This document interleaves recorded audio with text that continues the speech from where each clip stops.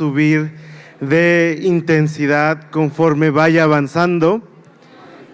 Y pues nada, la verdad es que me da muchísimo gusto presentar a nuestra siguiente invitada, porque debo confesarles que llevamos ya un rato intentando que pudiera venir a México y después también se nos atravesó la pandemia y los años online y demás, pero la verdad es que es una artista ilustradora que admiro y sé que admiramos muchos y que teníamos muchísimas ganas de ver y conocer su trabajo en vivo. Y pues no voy a tomar mucho tiempo más.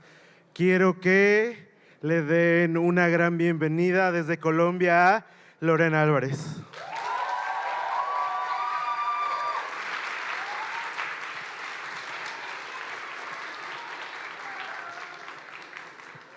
Hola, hola, ¿cómo están?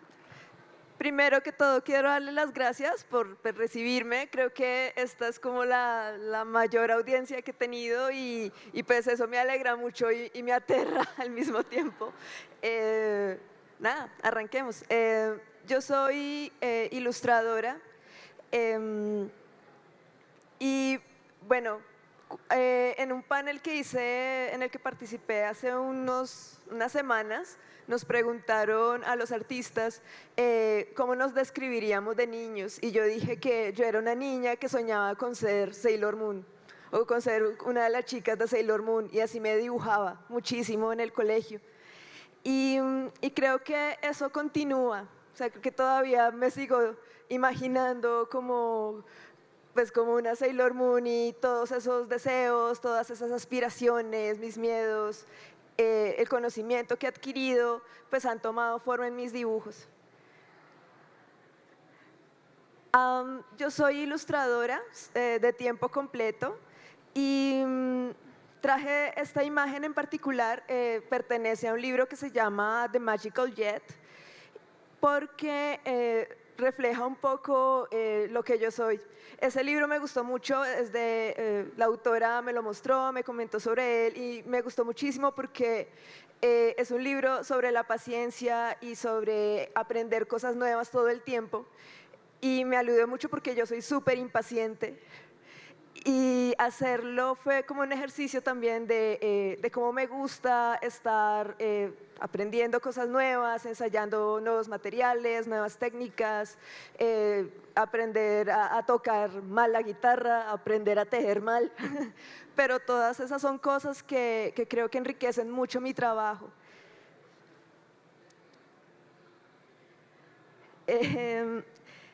Y siento que mi trabajo como ilustradora ha cambiado a lo largo de los años. Yo empecé a ilustrar hace más o menos 15 años y la mayor parte del tiempo es un trabajo un poco monótono, pues estás sentado al frente del estudio, estás sentado, ¿no? En una posición bastante pasiva y y cosas como participar en un proyecto de títeres interdisciplinario con amigos o hacer juguetes en tela, creo que mueven un poco esa dinámica, ¿no? El estar siempre sentado, el estar en silencio, el estar solo y trabajar con otras personas que hacen cosas distintas a las que tú haces, coordinar un espacio, ¿no? Moverte dentro de un escenario, mover títeres, estar en diálogo, incluso en una coreografía con personas en las que aprendes a confiar, con las que llevas ensayando mucho tiempo.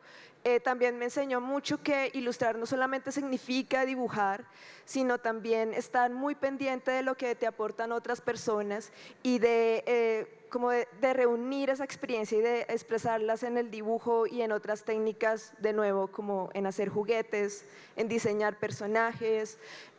Ahorita estoy, por ejemplo, aprendiendo cerámica, lo cual es otra experiencia, no solamente sensorial, trabajar algo con las manos, sino también otro pensamiento, ¿no? Otro tipo de tolerancia al fracaso, a que las piezas no salgan, a que las piezas se rompan.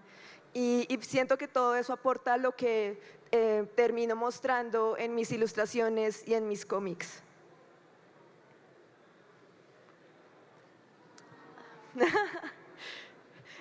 No todo el tiempo escribí mis propias historias, o más bien sí lo hacía, pero cuando entré a la universidad me sentí un poco intimidada. Creo que pasé mucho tiempo esperando a que llegara pues una gran historia épica de 20.000 páginas que mereciese ser contada, entre comillas, pero por mucho tiempo ignoré que también mi propia historia merece ser contada y además compartida, ¿no? Que hay otras personas que pasan por las mismas cosas y que las narraciones nos unen y nos ayudan a crear nuevos contenidos, a crear cosas. Yo estudié en un colegio de monjas durante los 11 años que dura en Colombia la educación básica y, y bueno, pues no fue la mejor experiencia, o sea, no, pues me molestaban mucho, las monjas eran muy estrictas y, y como que por mucho tiempo decidí no hablar de eso, me daba pena y no sé, por algún motivo empecé a dibujar pequeñas escenas de nosotras niñas estudiando, contándonos chistes y poco a poco empecé a pensar en las historias que nos narrábamos de niñas. Para nosotras las monjas eran un misterio. O sea, estas eran unas señoras que vestían todas igual, que nunca sabíamos qué tenían debajo del velo, si eran calvas, si tenían, no sé, alguna cosa rara debajo, o si usaban ropa interior como la nuestra, o cómo era su relación entre ellas, o ese rollo de que todas están casadas con Cristo, que era una cosa también que no lográbamos como entender. Y siempre estábamos contándonos historias casi todas de miedo, que la monja voladora, que bueno, además me gusta que nos riamos porque creo que es algo como muy latinoamericano, ¿no? Lo del colegio de monjas y el colegio de monjas femenino, que no sé si pasa lo mismo, pero casi todas las chicas que estudiamos en colegio católico decíamos que era un cementerio en algún momento y que hay fantasmas y que el fundador está enterrado debajo de la estatua y que, bueno, es precisamente, o sea, como ese compartir de narraciones lo que me motivó a continuar trabajando en ello y parte de la investigación que hice para Luces Nocturnas fue un taller para chicas que, bueno, para personas que de niñas hubieran estudiado en colegio de monjas. Y todas esas historias y ese trabajo que hicimos en conjunto me inspiraron mucho para empezar a escribir Luces Nocturnas.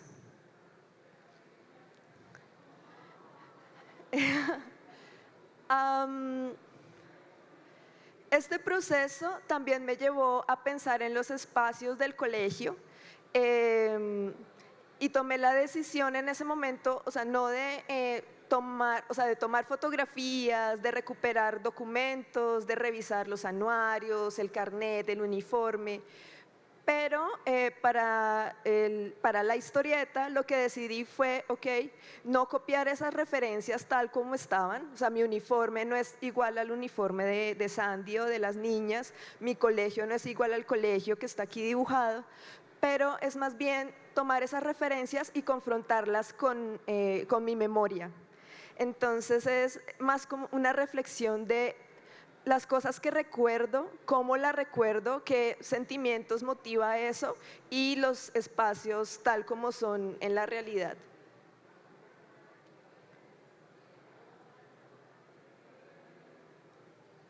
Igual con mi ciudad, con Bogotá,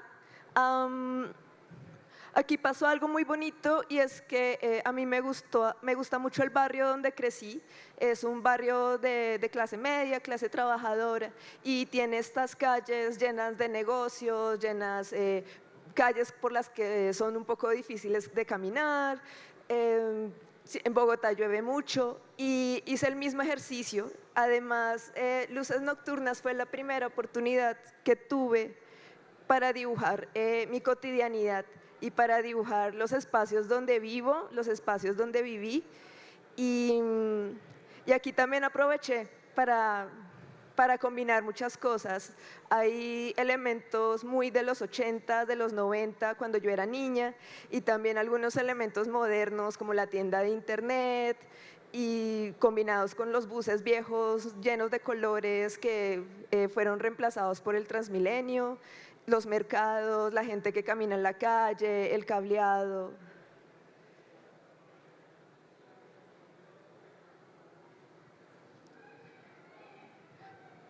Luces Nocturnas nació como un proyecto que estaba muy concentrado en mi vida escolar y poco a poco fue tomando otra forma. Una de las cosas que me estaban sucediendo en ese momento, cuando empecé a escribir la historia, era que estaba un poco cansada con mi trabajo en ilustración. Siempre sentía que estaba haciendo los mismos proyectos, mucho libro infantil, muchas princesas, y sentía que no tenía una salida para ensayar y para pensar cosas nuevas. Y hablar un poco de esas preocupaciones, del temor de quedarme haciendo lo mismo una y otra vez, de que mi trabajo, o más bien de lo que yo amo hacer, se convirtiera en un trabajo, que es algo que me asusta mucho. Esas ideas se volvieron como las más importantes dentro de mi historia. Y esos temores toman forma en Morphy, que es esta chica de pelo violeta que persigue a Sandy por todas partes, que empieza a convencerla de que le entregue sus dibujos y que toma pues el papel principal en toda su vida, es una presencia muy fuerte. Y es este diálogo, ¿no? El diálogo entre lo que yo quiero hacer y lo que debo hacer y cómo mi trabajo se transforma en esas circunstancias. Esta imagen también me gusta mucho porque uno de mis referentes cuando empecé a leer cómic y a estudiarlo con más juicio es Gianni De Luca y sus adaptaciones de las obras de Shakespeare en cómic. Entonces, ese sentido del movimiento y del espacio, me inspira un montón para trabajar. Además, pensar el espacio en un espacio tridimensional y aprovechar esa tridimensionalidad, ese movimiento y traducirlo al cómic, que es un medio bidimensional. Creo que es uno de los retos más bonitos que he encontrado como historietista.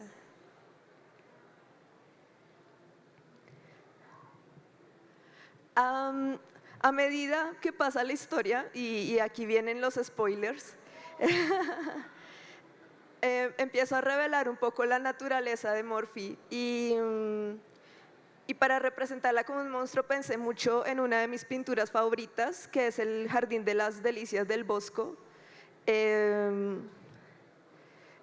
Y también recurro mucho al simbolismo católico, o sea, creo que aunque yo pues no tengo ninguna religión, haber crecido dentro del catolicismo me dio cierta sensibilidad hacia la imagen, ¿no?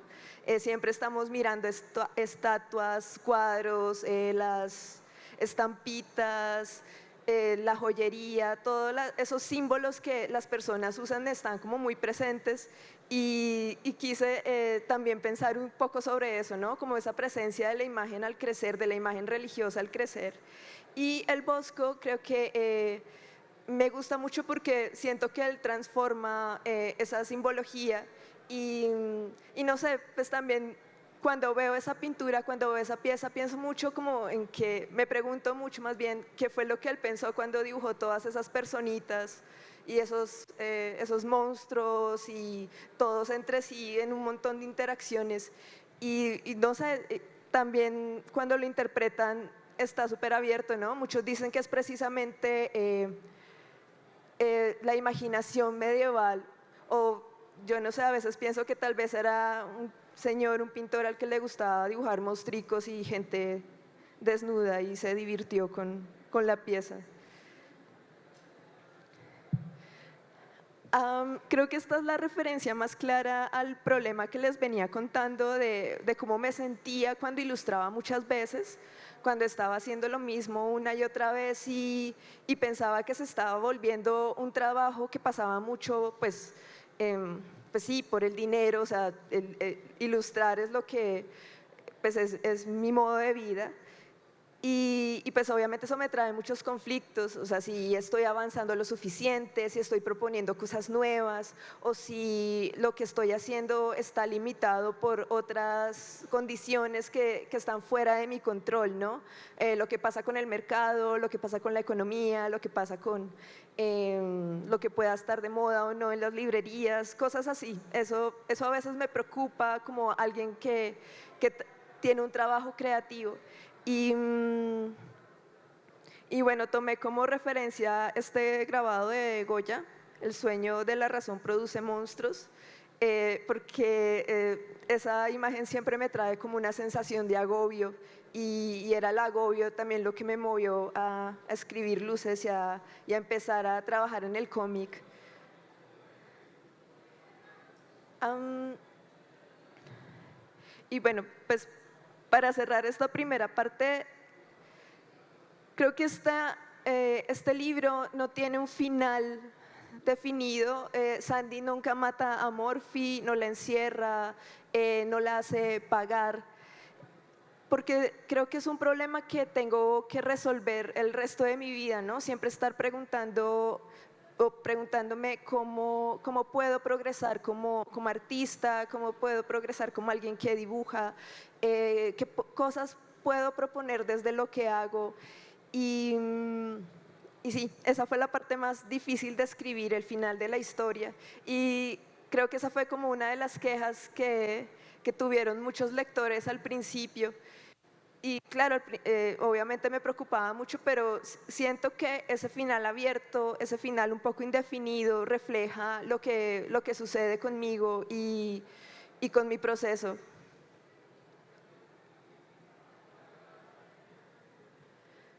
Para Icotea, que es mi segundo libro, yo empecé a pensar un poco en cómo la ciencia y el arte se combinan para crear conocimiento.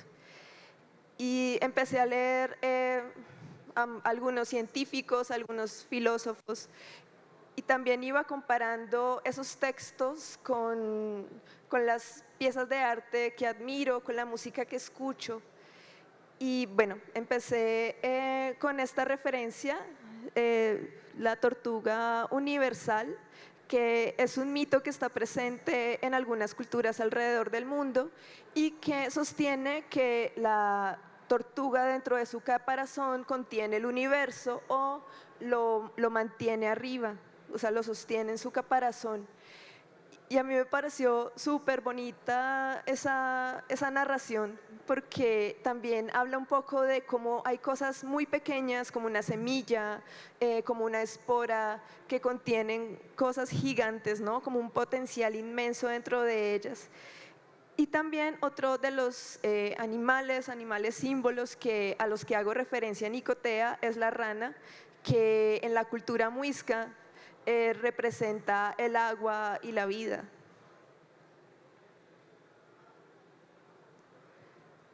Esta es una de las primeras escenas de Icotea, que también responde a un recuerdo, ¿no? Y pues fue algo que pasó cuando recién entré al colegio, y era que pues un grupo de niñas vimos como otras chicas ya más grandes de bachillerato empezaron a jugar con una rana disecada. Entonces le sacaron las tripitas, la volvieron nada y al final la botaron a la basura.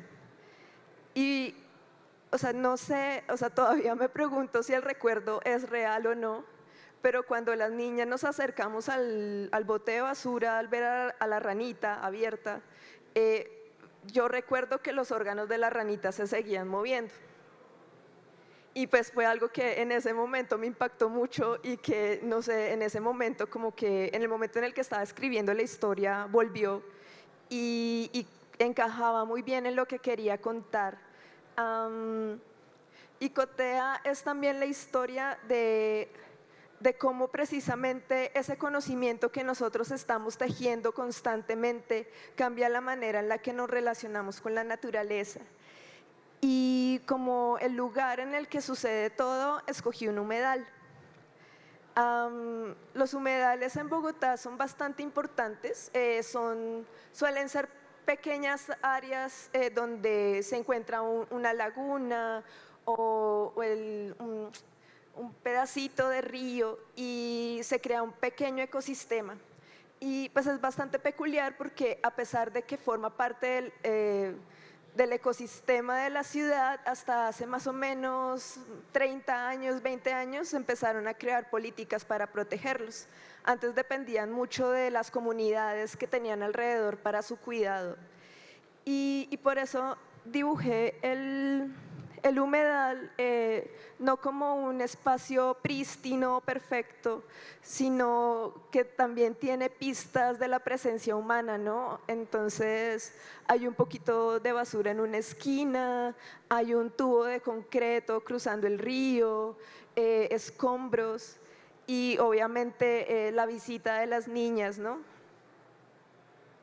Aquí también trabajo un poco lo que aprendí viendo a Gianni De Luca, eh, cómo, se, cómo dentro de un mismo espacio se desarrolla el tiempo, cómo van cambiando las cosas, cómo se van moviendo las personas. Porque creo que en esta página el protagonista debe ser el humedal.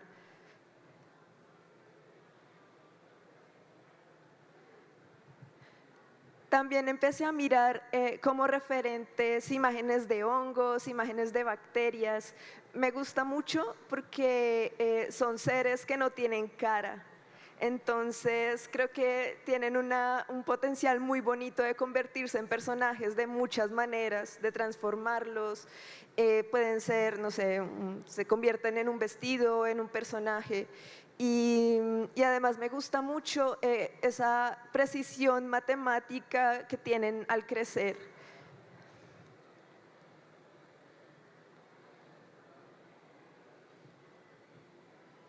Y bueno, esta es una de mis páginas favoritas, la de la izquierda. Corresponde al interior del caparazón de la tortuga de Icotea. La palabra Icotea se usa para denominar algunas tortugas y algunas de ellas pertenecen a los humedales en Bogotá y también creo que les dicen así en Venezuela. Esta es una de mis páginas preferidas porque además es un homenaje a los artistas, a los músicos que admiro. Entonces, si se fijan por ahí está Pink Floyd, está Björk, está Depeche Mode, y obviamente de los artistas Kara Walker, Magritte, también está Basquiat. Y la estructura del caparazón de la tortuga hace mucha referencia a Gaudí y a la Catedral de la Sagrada Familia en Barcelona. Por eso también el color y pues estas formas bastante inspiradas en lo orgánico, ¿no? En las formas de las conchas, en las formas de los vegetales cuando crecen. Y quise comparar esta página pues, llena de abundancia, de color, de luz, con Livion, que es el personaje, el antagonista de mi historia, y que obviamente está representado en tonos grises, en fondos pues, mucho más limpios, mucho más vacíos. Y en esta historia Livion representa un poco la ignorancia a voluntad, el no querer saber, el no querer escuchar, el no querer tampoco compartir lo que uno sabe, ni recibir nuevas ideas, ni cambiar. Yo siempre trabajo, esto es un poco difícil porque cuando escribo siempre estoy trabajando con unos conceptos bastante grandes que a veces siento que no puedo abarcar y, y al mismo tiempo me motivan para seguir dibujando.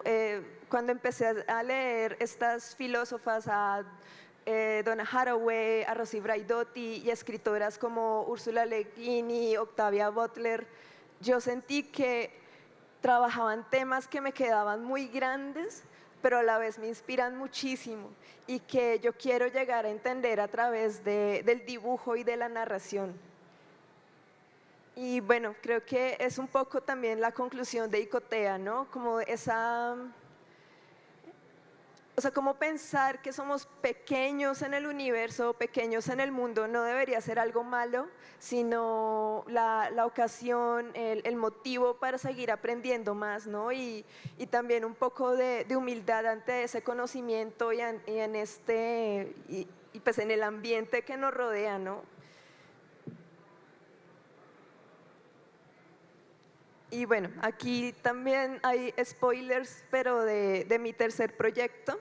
No les voy a contar cómo se llama porque no lo he terminado y siento que, que a veces cuando uno habla mucho de sus planes, pues se quedan como estancados.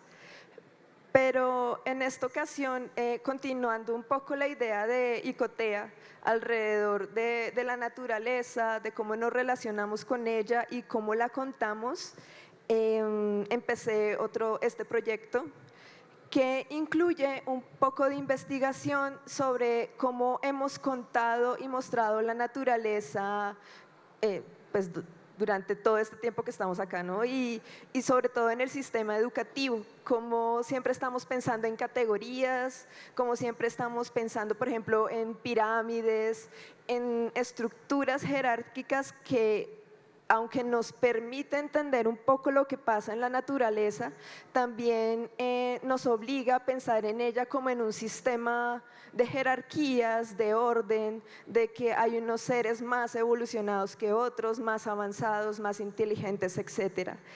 Y como ejemplo encontré estas ilustraciones que pertenecen a Charles Harper y es de un libro de biología del año 1976. Entonces, pues como para que, como entender un poco pues el proyecto de los animales, cómo organizarlos, qué ideas uso para organizarlos y, por ejemplo, cómo nos comparamos con los chimpancés, con los simios y cómo a través de los simios también nos entendemos a nosotros mismos.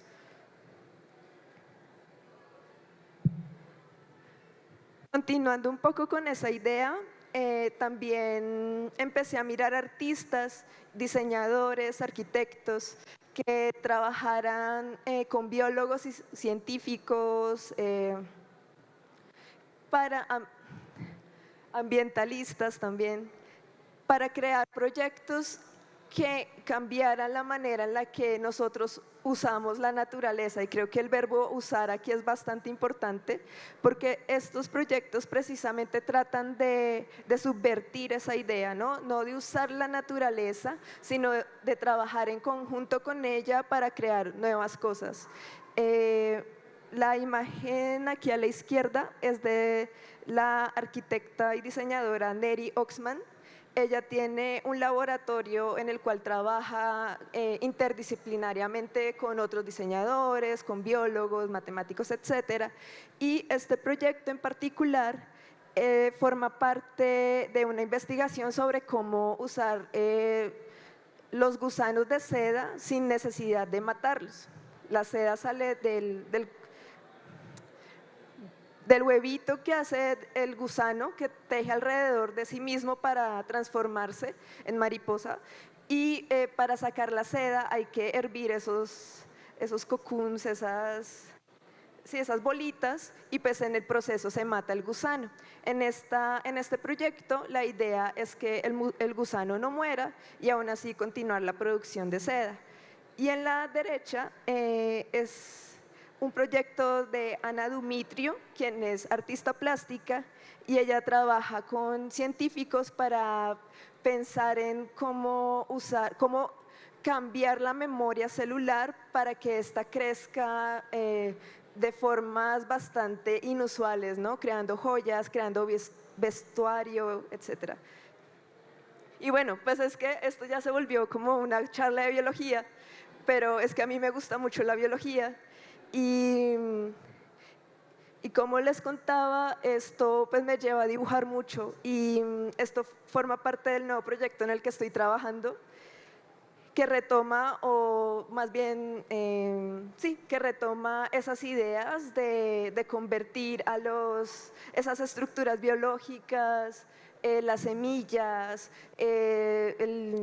estas vistas microscópicas de las hojas, de las células, de las estructuras vegetales, pensarlas como arquitectura para los fondos de mis cómics, para el mundo que quiero construir en esta ocasión y para pensar en cómo mis personajes se van a transformar, ¿no?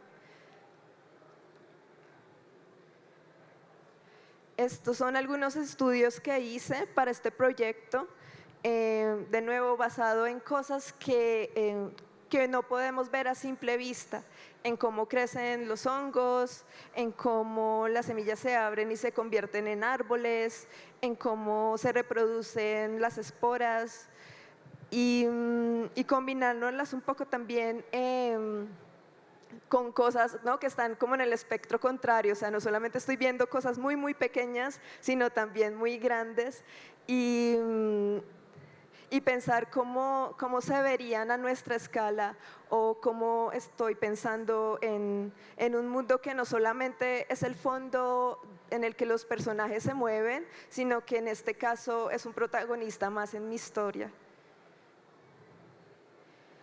Y pues adelantándome un poquito más, creo que uno de los retos en los que estoy trabajando ahora es que no quiero pensar en narraciones donde no hay malos ni buenos, sino más bien ideas de colaboración. Y este es un reto bastante fuerte para mí porque creo que la mayoría de las veces estamos como muy enseñados a pensar en dúos, ¿no? En pensar en malos y buenos, en ganarle al malo, en triunfar. Y, y pensar de otra manera creo que es difícil, pero me motiva ahorita a dibujar, a pensar otras cosas. Estos son bocetos, de hecho el de la izquierda es un poco el mapa de la historia o lo que yo quisiera que pasara en la historia. Y el de la derecha pues sí es una escena que quiero dibujar también. Y pues todo eso también se mueve dentro de la construcción del guión, que esta vez estoy haciendo un guión un poco más definido, no había hecho guiones claros en los dos libros anteriores y creo que con la información con la que cuento ahora me obliga como a tener un sistema mucho más claro para contar la historia. Y nada, quiero cerrar.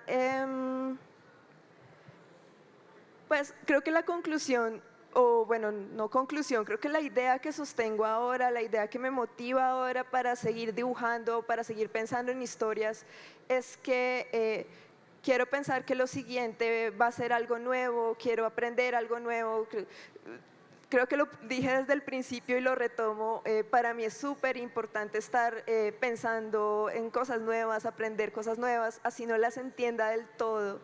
Y, y el dibujo para mí es una herramienta súper importante para articular todo eso. Creo que yo dibujo para pensar, dibujar me ayuda a pensar, dibujar me ayuda a articular toda la información que me interesa y dibujar también me ayuda a compartirla. Pues nada, muchísimas gracias. Y...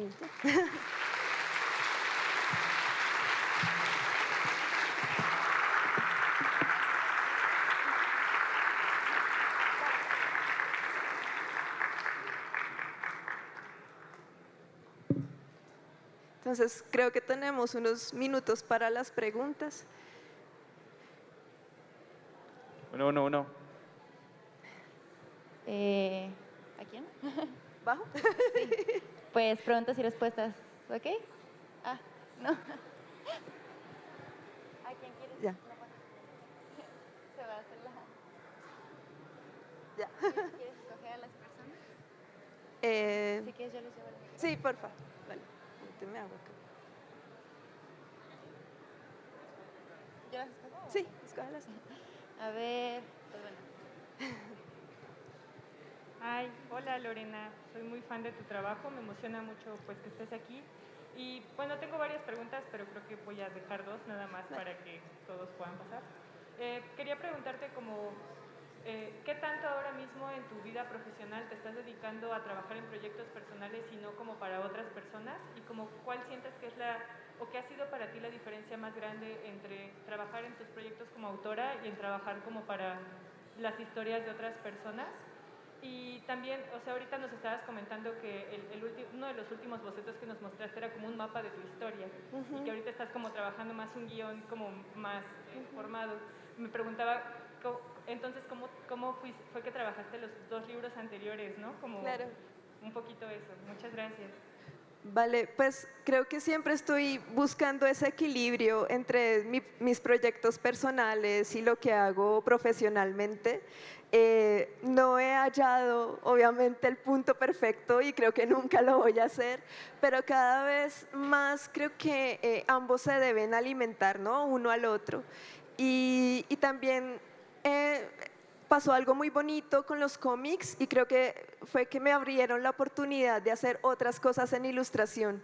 Creo que también fue como el espacio para demostrar que podía dibujar otras cosas, contar otras cosas, aportar cosas como autora y cuando se publicaron también me dieron la oportunidad de ilustrar otro tipo de libros, ¿no? Trabajar con autoras nuevas, con autoras que trabajaran otros temas más incluyentes.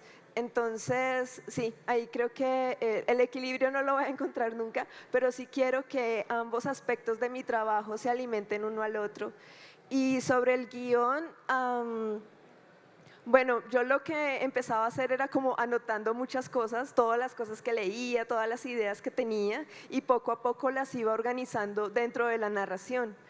Pero esta vez ya con una mejor noción de lo que es un guión, pues empecé a incorporar esa investigación de una manera mucho más fluida.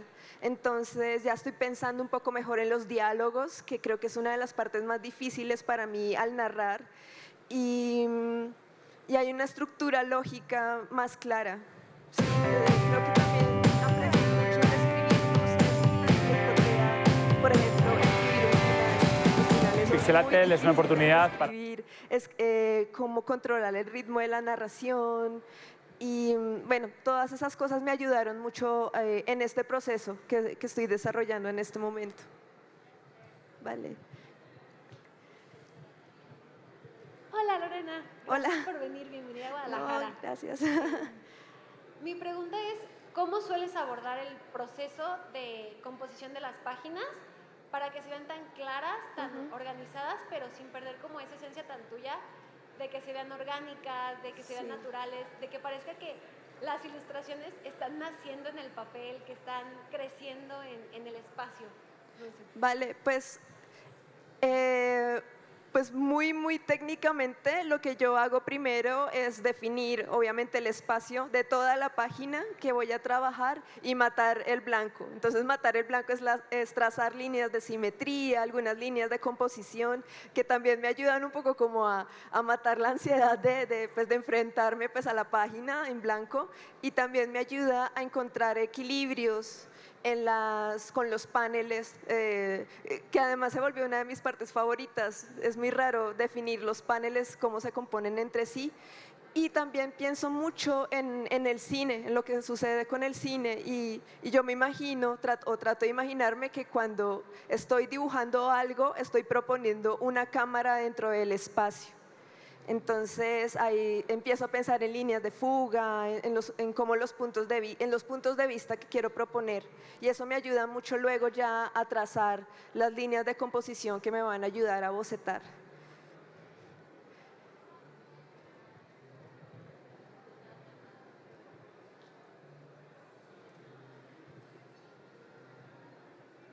Hola. Hola.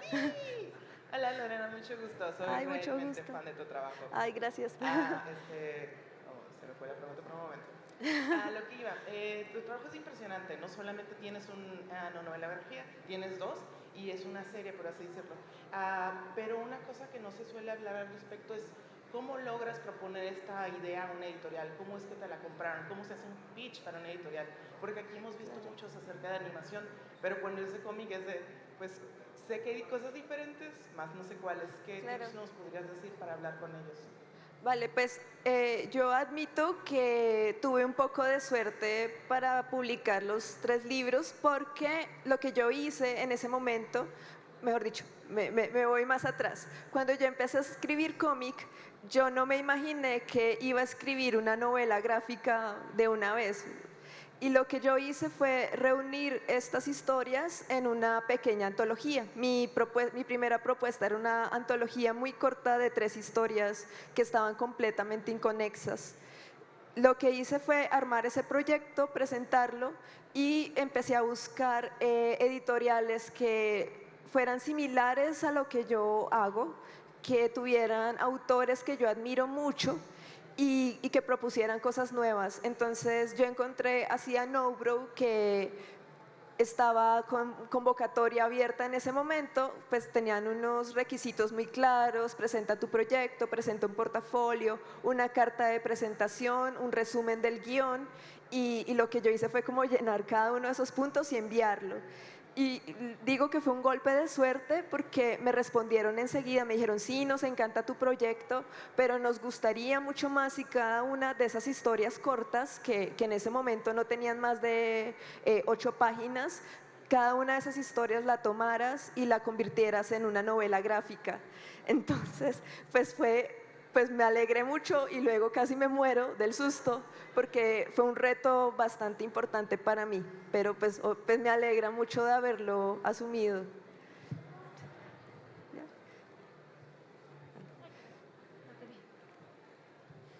Hola, ¿qué sugieres proponer como para agregar a un portafolio para ilustración editorial e ilustración de libros? Bueno, pues hablando muy técnicamente, creo que hay que mostrar variedad, pero al mismo tiempo demostrar que tienes una identidad muy clara. Cuando hablo de identidad, no hablo de estilo, porque el estilo suele ser como unos parámetros muy rígidos que mueven tu trabajo por un tiempo. Pero la identidad es algo que evoluciona con el tiempo, ¿no? Hay cosas que conservas, otras que desechas y cosas nuevas que aprendes al mismo tiempo. Y cuando hablo de identidad en ilustración, creo que es importante demostrar que sabes lo que, o sea, estás muy seguro de lo que quieres hacer, estás seguro de los temas que quieres tratar y al mismo tiempo estás dispuesta a evolucionar y a aprender cosas nuevas y a adaptarte, ¿no? También es importante demostrar que uno es capaz de trabajar con un autor en diálogo y aportar lo tuyo, ¿no? Ser como un protagonista más en los proyectos y no simplemente como tomar una postura pasiva y dibujar lo que te dicen. Yo sé que estas ideas son bastante abstractas, pero siento que es lo que buscan muchos editores ahora, o sea, que los ilustradores tengan una identidad muy clara, que estén dispuestos a aprender y que también estén dispuestos a trabajar con el autor como equipo, en colaboración.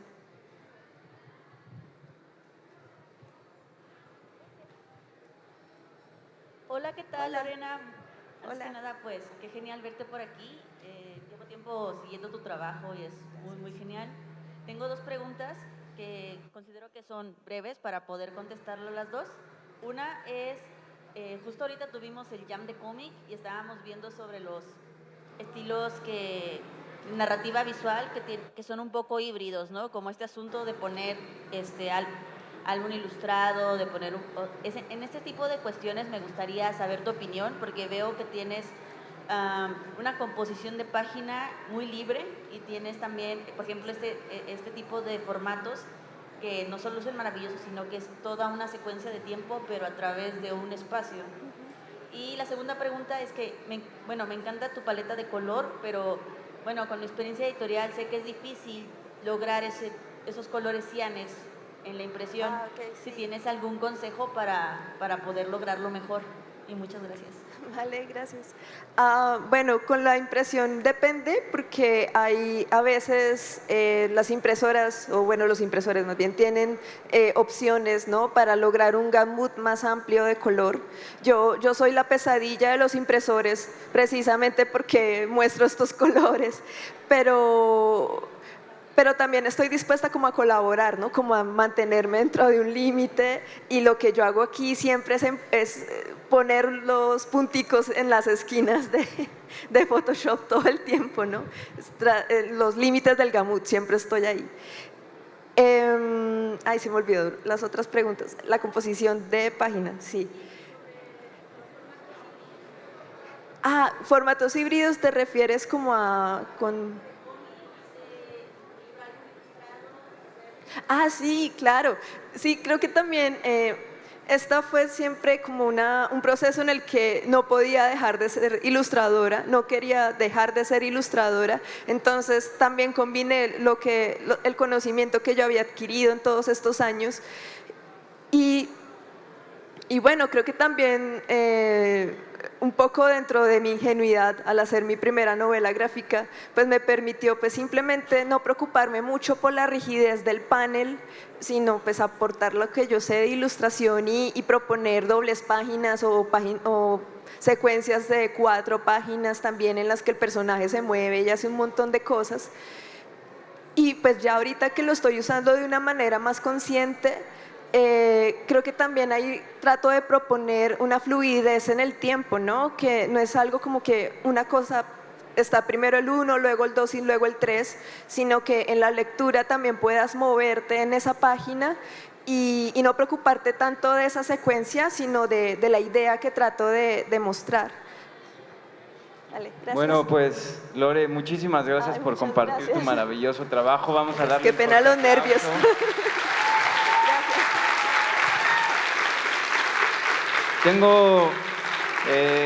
Lore va a estar por aquí, vamos a seguir con la siguiente conferencia, los invitamos también a formarse, pero tengo un anuncio rápido.